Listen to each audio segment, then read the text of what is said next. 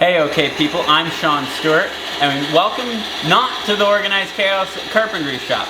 On this channel, we're about getting down to the basics in the trade, stuff tradespeople wish they knew before they got started, and some stuff to help you around your home. I made it over to my friend Dave's house, a mentor at Organized Chaos, and he's going to teach us how to mount different things on the lathe. He's telling me there's a whole bunch of different ways we can do it.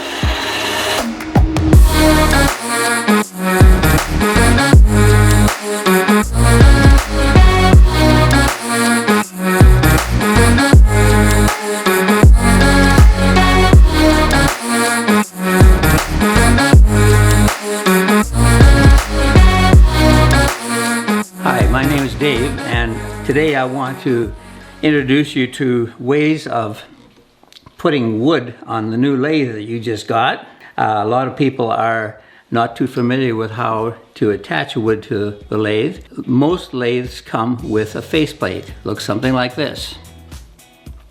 And it's very simple to use. You simply center it on your work, which you've cut down to a round shape.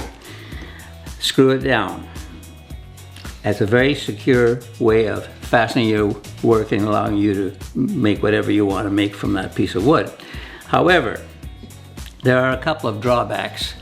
One of them is that you've got screw holes that you have to contend with, and if that's at the bottom of your bowl or whatever you're making, that's not going to work too well.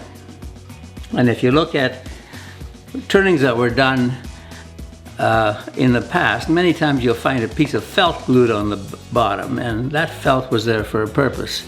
It was there to disguise the screw holes. The other problem with screws is that sometimes if you go too deep and you're hollowing, you might catch the screws with your chisel, and that is not recommended. So much for that. It's a way of attaching the wood. If you are using a faceplate, give yourself some extra timber so you can cut it off later on without the screw holes. We got lucky about a decade ago when everybody started making affordable 4-jaw chucks for lathes. And the good thing about these is that they self-center the work, and there's a number of attachments that you can use to hold your work. Before we get into that, there are two types of spur drives. This one simply goes into the headstock like that, and you put your work between there, and you can drive that safely and securely. You just tighten it up, and it gives you a pretty good grip. This is soft wood, and it isn't the very best for that type of a drive, because if you stress that, it's going to slip on you and start to spin. However, that's one type. The other type looks something like this. This type goes into the chuck, and it's just a variation of the same thing. A little better design perhaps than the one that I showed you first.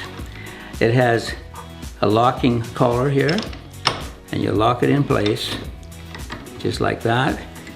Put your wood between and repeat.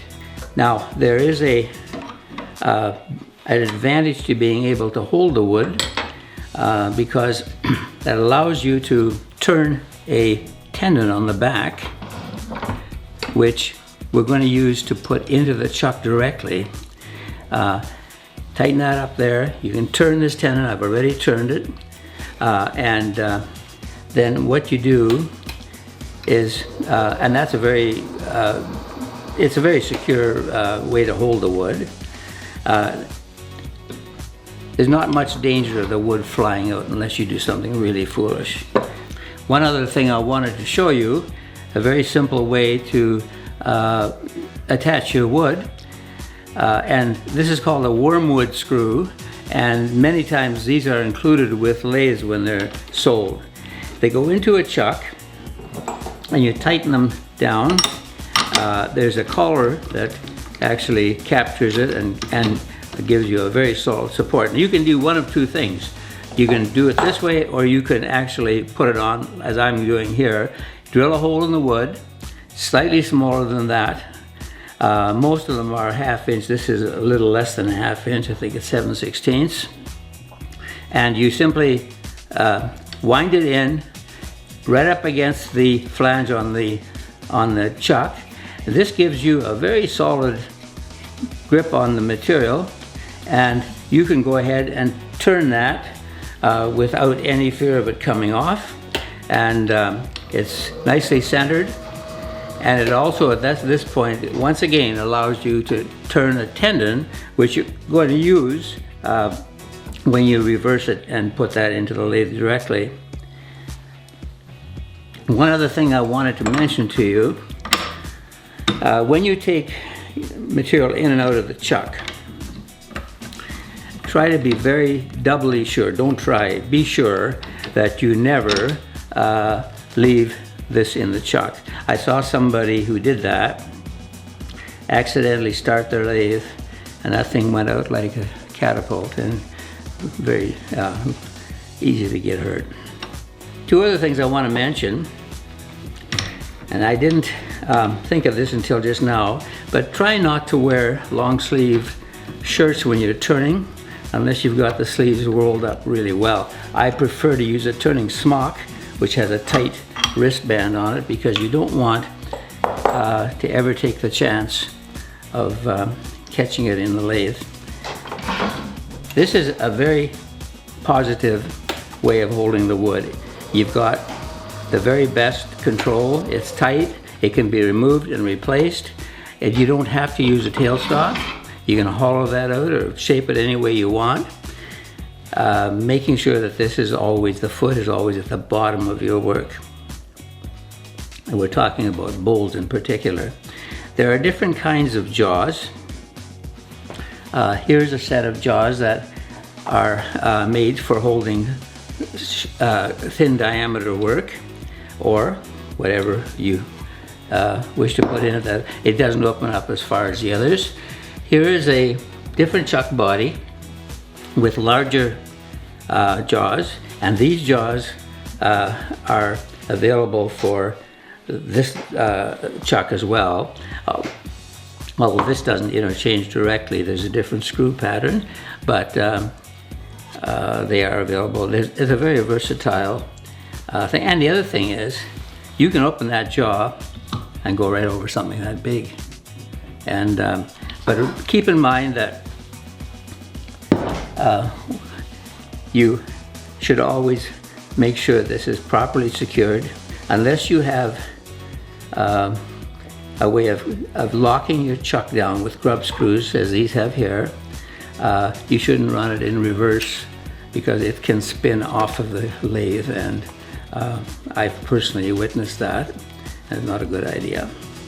I want to just introduce you to a very handy type of fastener for wood. It's called a vacuum chuck. It has a neoprene seal on the front of it. It goes on your lathe the same as every other chuck, and you need a flat, smooth surface for it to do its job. And when you introduce that to there, the vacuum builds up and it gives you a very firm support. Now you can finish the inside, or, as I always do, I do the outside, do the back at the end, and get a nice flat surface. It's best to finish the job when the first time you do it, because it's hard to get the center exactly the same the next time. Once you take it off, you lost the center. So try to finish the bottom in one go. Very handy tool, a bit of a luxury, but it's wonderful if you do a lot of bowl turning in particular, anything that you want to finish the bottom on. So that's it. Hope you have fun with your lathe. Be safe and enjoy.